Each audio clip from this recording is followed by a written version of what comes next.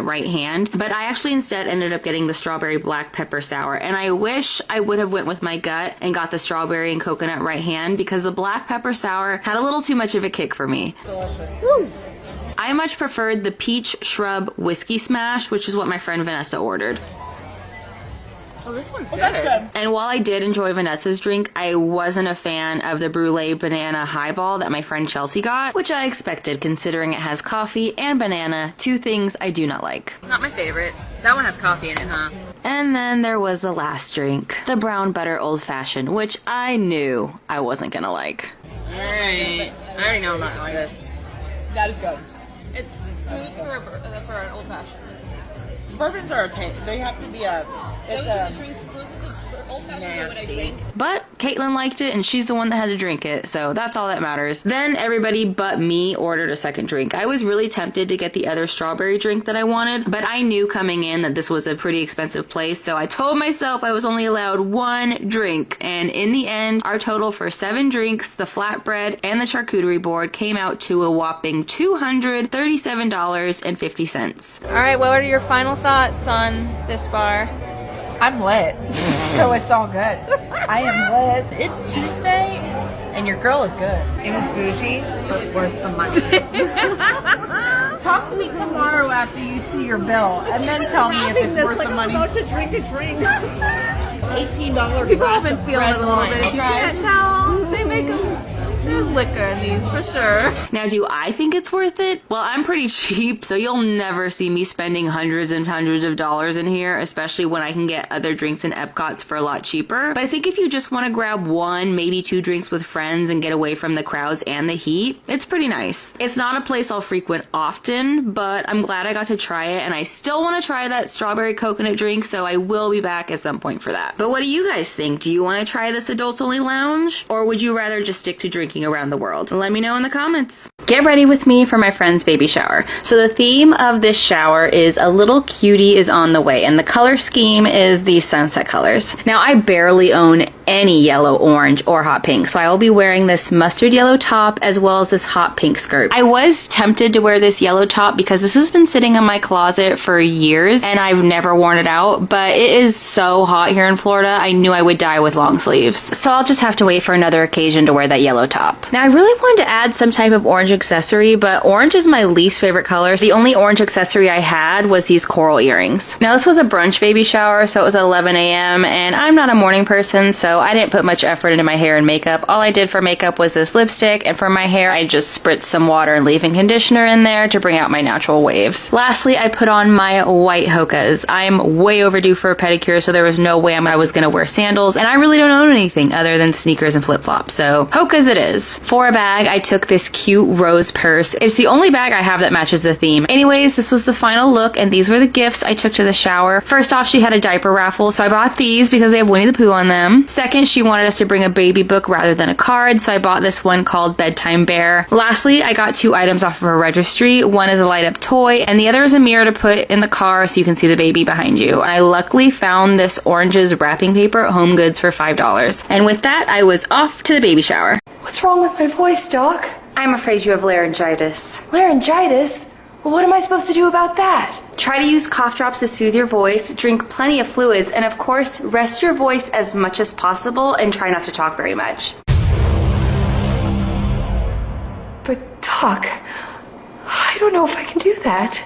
Well, you're gonna have to.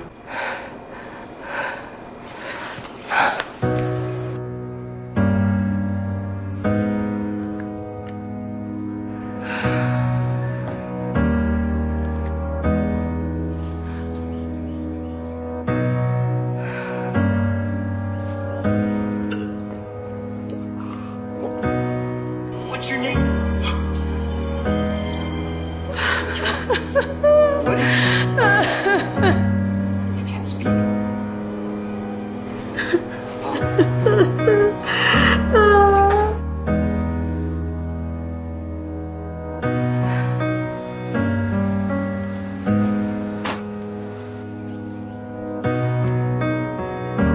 You know, it's been so quiet around here lately. I know, right? It is so nice.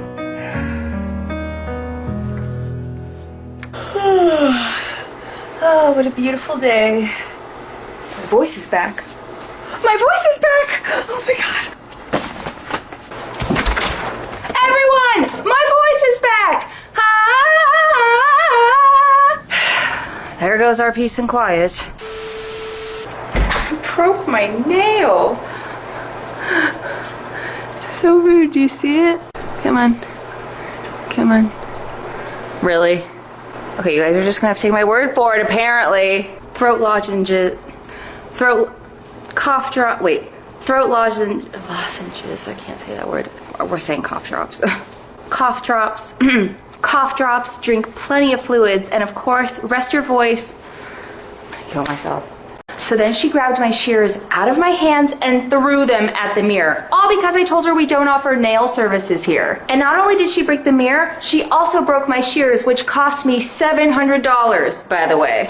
Oh my god, that sounds like the worst client ever. Shockingly, she wasn't even the worst. I've had a handful of others way worse than her. Really? Well, now I'm curious. Who is your worst client ever? My worst client ever? I'd have to think about that for a second.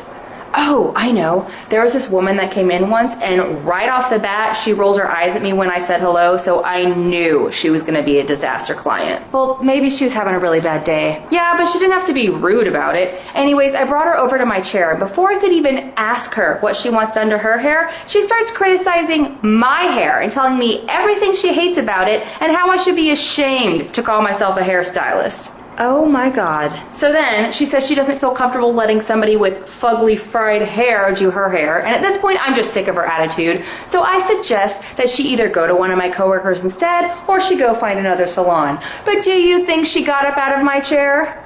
No. Exactly. Instead, she grabs my clippers, turns them on, and starts buzzing off all of my hair. I tried to fight her off, but she managed to cut all of my hair off. Like, I'm talking Bobby Hill type of haircut. Then she dropped my $300 pair of clippers right on the floor and said, "There, now I can actually stand to look at you." I couldn't believe it, and if I hadn't have been in so much shock, I would have slapped the smirk right off that bitch's face. But instead, I told her to get out of the salon and never come back. So she finally got up and walked out of the salon, but not without stealing my hairdryer and shoulder checking me first. At that point, I was ready to jump her, but my manager held me back and told me to just let her go. But right before she left, she did one final thing. Let me guess, she started smashing in the salon windows with your hairdryer.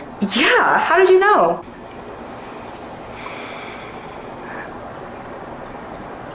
Oh, shit.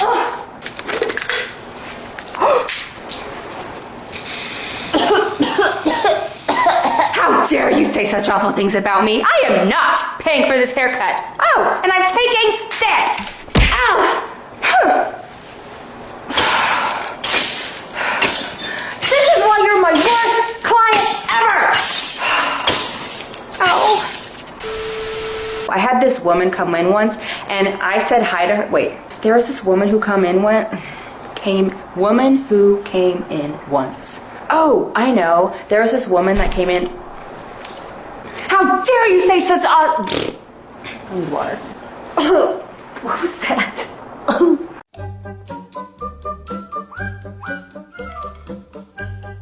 Guess who's getting their uterus yanked out? This girl! It's finally been enough time after Mama Kitty gave birth to her babies that she can get fixed. And while her babies are cute, I don't want her dropping any more kittens off at my doorstep and making me babysit them. So she's getting fixed. Which means I also don't have to deal with listening to her crying out for a male cat to mate with in the middle of the night anymore. Ma'am, it is 4 a.m. Is all that necessary?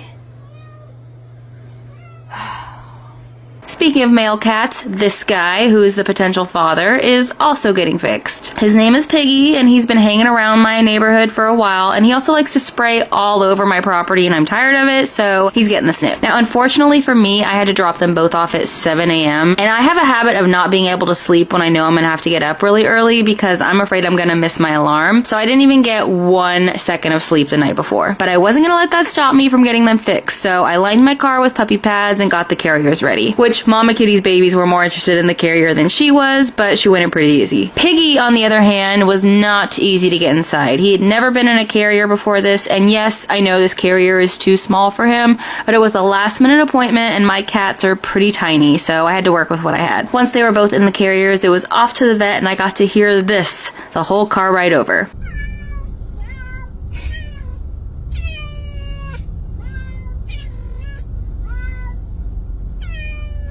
You guys talking to each other? They're like, this sucks.